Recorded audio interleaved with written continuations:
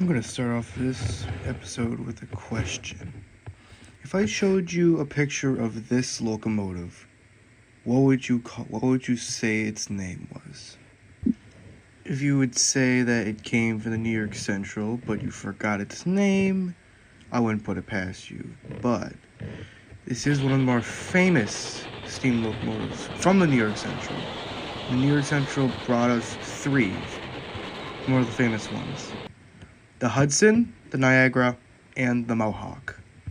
You might be wondering why I put black and white images for Hudson and Niagara, but a colored image for the Mohawk. It's simply the fact that the Hudsons and the Niagaras don't exist anymore. There are technically a surviving relative of Niagara, but we'll get to that later. And I'll cover the exception for the Hudson in its own documentary video. The Niagaras were designed by Paul Kiefer in the 1940s and were built by Alco, or American Locomotive Company, later in the 1940s, and the first one was delivered in 1945, number 6000, Class S1A. By the 1940s, workloads have been becoming straining on the Hudsons and the Mohawk types.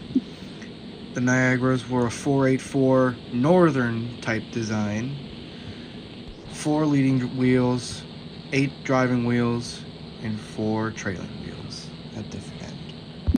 The New York Central Niagara's max speed was 120 miles an hour, with a power output of 5,070 horsepower, and having a tractive effort of 71,568 pounds of force. Niagara boilers were 100 inches in diameter and could handle 275 pounds. Did you know that the New York Central Niagaras weighed over 891,000 pounds with locomotive and tender? In 1946, the New York Central put up 6 Niagara locomotives against 6 EMD E7s, with the E7s winning out by a little bit, not too much. All the Niagaras were retired and scrapped between 1951 and 1956.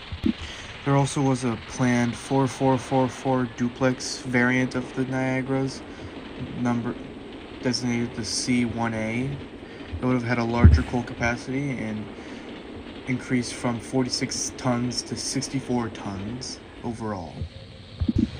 If you remember to earlier in the video, I said there was technically one surviving member. Well, not really. Technically, it also isn't. It's technically not, but it is. For me, I feel like it is.